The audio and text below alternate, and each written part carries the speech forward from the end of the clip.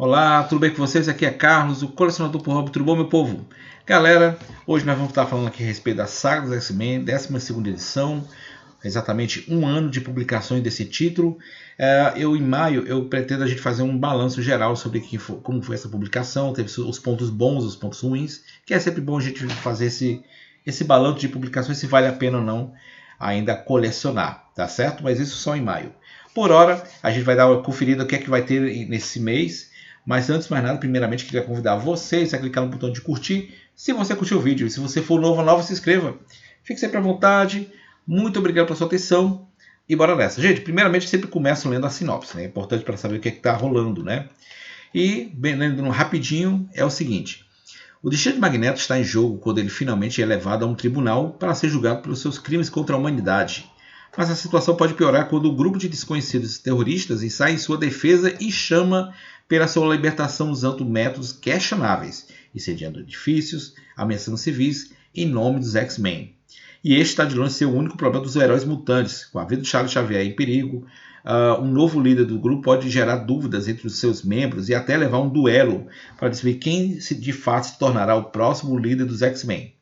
A atenção também estará pairando sobre a família Summers quando Madeleine Pryor, com seu bebê recém-nascido, se sente mais uma vez negligenciada por Scott por causa da equipe dos heróis. E quando Rachel Summers decide usar seus poderes imensuráveis da Fênix para acabar com o Beyonder de uma vez por todas. Custe o que custar, whatever it takes. Galera, aqui é a capa que eu acho é definitiva, provisória, mas eu acho que é a definitiva. É a capa que trará a edição número 200, né? O título qual é uma edição mais gordinha, né? Acho que tem 40 e poucas páginas, porque é a edição de 200 números, né, dos heróis, né? Então tem que ser mais volumosa, né? E vamos lá, né? Detalhe, gente, é um detalhe que muito importante. O preço vai estar custando R$ 33,90. Olha aí, rapaz, coisa boa, as coisas melhorando. R$ 33,90 no bolso agradece. Não é assim um aumento do qual a gente queria, mas a gente está feliz, né, gente? R$ 33,90 no orçamento faz uma diferençazinha, viu? No montante. Então, muito bom saber que nós vamos ter uma reduçãozinha de preço. Bom, primeiramente nós temos aqui quem participa dessa brincadeira, que é o Chris Claremont, o Romitinha, o Julian Brigman e Rick Leonardi, que é nosso querido amigão que desenhou Amigão da Vizinhança de 2099, né? Eu vejo o Rick Leonardi e eu lembro Homem-Aranha 2099. Para mim é um traço marcante. Publicação de maio, vai ter 144 páginas. Olha, 144 páginas, não houve nem redução, viu, gente? Manteve-se o R$ 33,90. Certo? Tá trazendo a edição 200 a 203 e Marvel Fanfare da Uncanny X-Men e Marvel Fanfare 33. Essa Marvel Fanfare 33 nunca havia sido publicada no Brasil, então é uma história inédita. Muito bom saber disso. Bom, gente, vamos dar aquelas conferidazinhas, né, nos títulos. Aqui na edição 200, né, o Magneto vai ser julgado em Paris por conta dos seus crimes contra a humanidade, né? E aí vai aparecer os irmãos Ferris, que está aqui lutando atrás dele, lutando contra os X-Men. Vai ser um pega para capar, né? Um julgamento qual não vai dar em nada, né? Enfim, deixa quieto. Esse aqui é o número 200. Na 201 é o momento que o Ciclope, né, vai enfrentar o Ororo sem poderes para saber quem é que vai liderar os X-Men. Porque, melhor ser dito, o Ciclope virou um pai, tem mulher e filho, não dá mais para ele continuar fazendo isso, sendo um herói dos mutantes. Ele vai ter que, seguir com a vida. E é isso que vai acontecer, vai ser questionado isso para ele. Aí vem o ponto qual eu acho muito questionável desse personagem, que eu gostava dele, mas depois a gente foi entender que, cara, ele foi um escroto, né? Porque ele tinha mulher e filho. A mulher, tudo bem, é um clone da Jean Grey, ok. Mas ainda assim, cara, ele gerou uma vida com aquela mulher. Então, infelizmente, ele troca quando a Jean Grey reaparece, que eu acho que essa história vai ser publicada no Brasil, aqui na revista Saga. Ela já saiu pela Marvel Vintage, mas vai sair que nem as Guerras das Guardianas, aquela da Marvel, o surgimento da Fênix, né?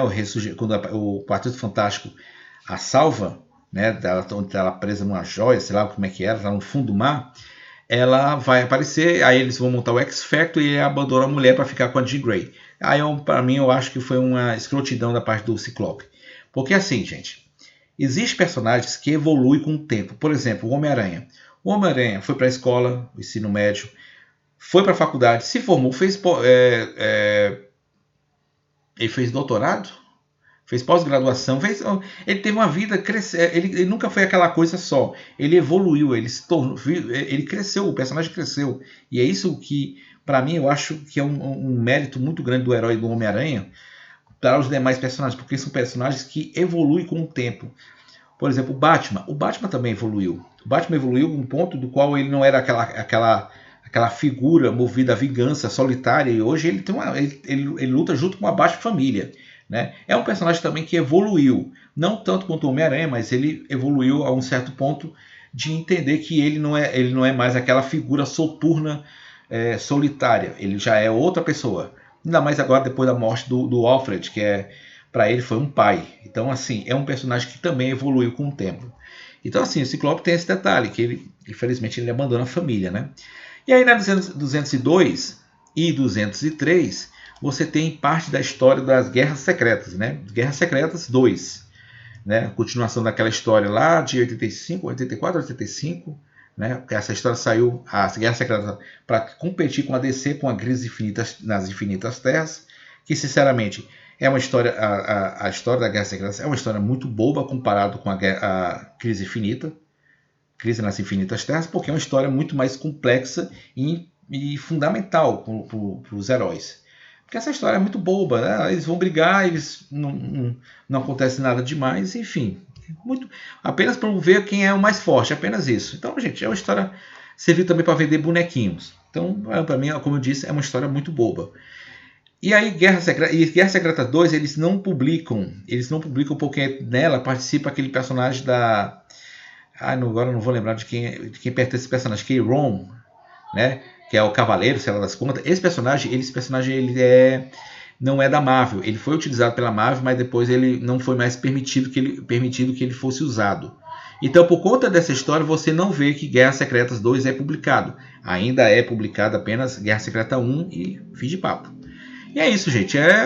Na edição 202, os X-Men vão enfrentar os Sentinelas do Futuro. Vocês estão vendo aqui embaixo, aqui, ó. Tá vendo assim, ó? O Magneto tá enfrentando junto com os X-Men. O Magneto ele não se junta com os X-Men. Ele se junta com quem? Ele vai liderar os Novos Mutantes. O Magneto passa, depois do julgamento dele, ele vai liderar os Novos Mutantes. E aí sim tem todo um arco de histórias com ele na sua liderança. Uma coisa que vale relembrar é que naquela série, aquela história das guerras, Atração Fatal, onde, por exemplo, a irmã do Colossus, a Ilana Rasputin, ela é morta, né, pelo tecnovírus, né, mortal.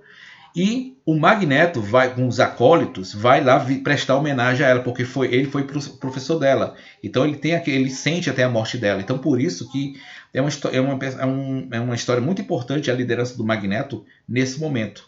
Eu acho que ela vai sair até daquela história na Marvel Essenciais, que é o... Ai meu Deus, é o negócio do urso. É uma história que vale a pena sim ser publicada, esse momento dos Novos Mutantes com o Magneto. Mas lembrando, não dá para criar uma história tipo assim, vou criar a revista Saga dos Novos Mutantes, Saga do X-Factor. Cara, não dá, porque a Saga dos X-Men é sobre os X-Men, é a história principal. Essas histórias dos Novos Mutantes, X-Factor, vai surgir com o tempo. Por exemplo, daqui mais ou menos, daqui a 12, aí 13, 14, aí 15, 16 vai aparecer Massacre de Mutantes. E é aqui que vai ter histórias junto com os Novos Mutantes. E aí é nesse ponto que não dá para você criar uma revista a mais, né? Tem que ser isso mesmo, tem que ser essa história do Magneto com os Novos Mutantes, só junto com os X-Men na revista mesmo. É isso aí. Eu não sei nem como é que vai ser quando for mais para frente, quando surgir os X-Men do Jim Lee, aquela história que vendeu 8 milhões de cópias, deve vir junto com a Uncanny X-Men, que também vai ser um barato também de acompanhar. Mas é isso, gente. Aqui na 203 vai ter o confronto da Rachel Summers com o Beyond. O Beyond se apaixona por uma mutante. Agora eu não lembro qual foi. Se é a Rachel ou é outra mutante. Ele se apaixona, né? Durante essa fase que ele está junto aí com... ele vem para a Terra, vem enfrentar os heróis. Uma história pior do que a primeira, sinceramente.